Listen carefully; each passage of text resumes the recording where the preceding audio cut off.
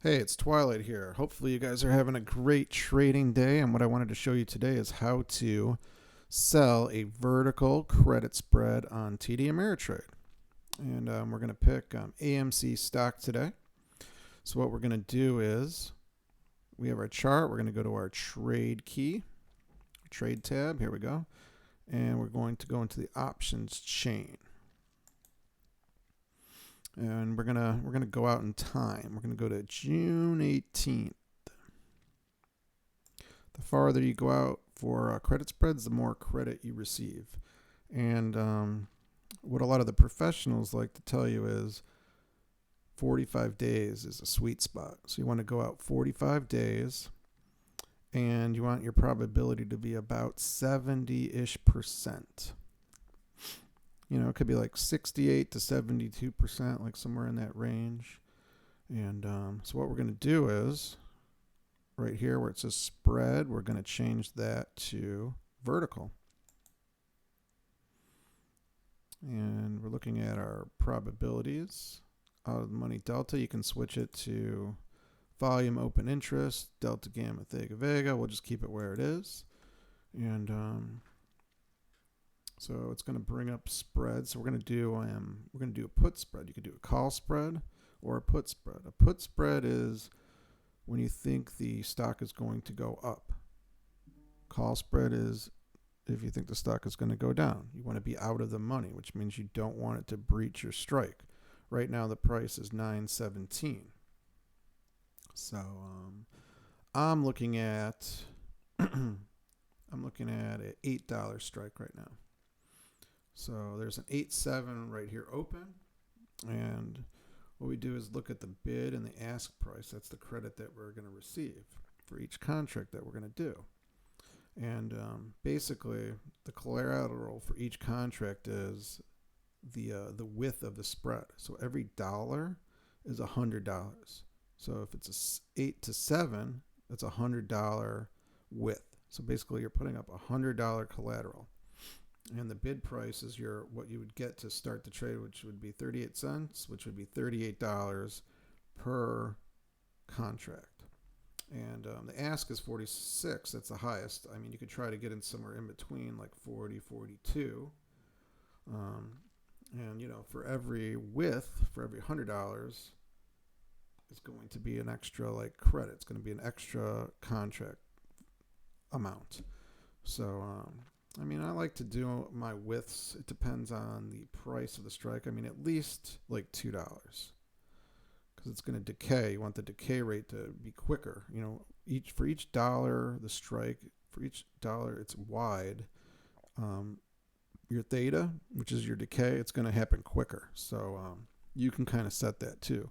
The maximum credit is usually within the least amount. So I mean, it's riskier, so you're going to get more credit if you just have like a $1 width. But as you widen it, it's all factored in: probability, credit. It just depends on where you want to be. So let's look at. We're going to do a $200 credit spread. We're going to do like a 8.6. So what we have to do is we're going to sell.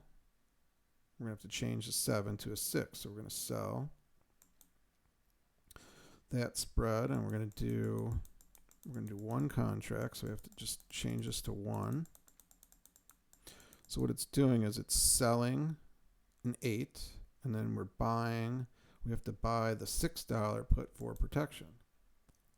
That's limiting our loss. That is making this a $200 credit spread. See, between 8 and 6 is $200 each. So it's $200 collateral. That is limiting our loss right there. The most we can lose is $200 before our credit. So now our credit is 68. So we're going to just put in 70. We're going to round it. So we're going to collect 70 cents, which is $70 for putting up $200. So in essence, we're risking $200 to start the trade, but then we are getting $70 credit immediately for entering this trade. So now our loss is only $130. So by starting this $200 credit spread, now with the premium, the most we can lose is $130. And the most we can gain is 70 cents, $70. So, put in day or GTC. If you want to put in GTC, it's good till close. Day will just be the day. If it doesn't get filled today, then it's just going to close this out. If you put GTC, it'll keep going as long as possible. So you can keep it going like the next day, the next 3 days. And so if you want to try to get in at your price, you're just going to confirm and send. So you're going to hit confirm and send. And it's going to wait for your order to be filled. And so what you're going to do is, like, once you get filled, you want to put in a closing order. A lot of the experts, they recommend that you close your order when it reaches 50%. It will reach that first 50% a lot quicker than it does the second 50%. Like, you could open the trade and you might hit the first 50% in like the first 2 days. Bam, you can just collect your profit. But, you might have to wait for the rest. You might have to wait till June 18th for the rest of the trade. So, hi, Claudia. How we doing? Claudia Katz, Trader Cat. She wants to say hi. So yeah, we recommend closing at 50%, and you could put it in right away. You can just go to your order, and what you're going to do is, it's going to say closing order. I didn't get filled because this is after hours, so it's going to basically, you're going to put closing order in, and you're going to change it from 70 to, let's say, 35 to collect 50% of your credit, and then you hit confirm and send, and then it's automatically started, the buy order. So you don't even have to pay attention to your spread. Like, it'll close automatically if we set it at 50%. So it's gonna, as soon as that hits that threshold, you're gonna make 50%. It's gonna close the trade automatically. So you have theta working in your favor. Theta is the option decay. Every day when you sell options, they decay in your favor. And as it gets closer to expiration, theta increases. So that's why selling options is so much better than buying, because every day it decays in your favor. When you buy, it decays out of your favor.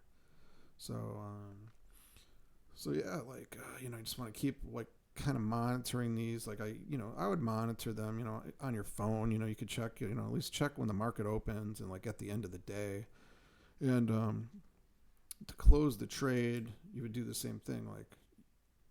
Basically, if you want to get out of it, you set your buy order for 35 cents, but let's say the trade goes against you. What are you going to do? Well, you're going to have to close it at whatever market price it is. Let's say 75 cents is 100% of your credit. And I recommend closing, spreads at 100% of your credit, because you could always roll it to the next week or the next month, and you can make back your loss and still make a profit if you roll at, let's say, 100%. Some people like to do 150%, 200%, but then you're going to get in the hole and you're going to have problems trying to win this trade. So yeah, if you start your trade and let's say it goes against you, negative 100%, I would just close it and roll it to the next expiration cycle, because you're always going to get more credit rolling out. So when you roll it out, you're going to get more credit. So you're going to make up for that loss, because remember, we put up originally $200. So 100% of our credit, it's not that much. So yeah, this is a little bit about credit spreads. And if you have any questions, just leave them in the comments. And yeah, I hope these work out for you. It's a great trading strategy. I think it's the best strategy, especially for beginning traders. I mean, you pick the probability, you pick your success. It's just about when to close your order and when to get out of your trade. So, okay, good trading, and talk to you soon. See ya.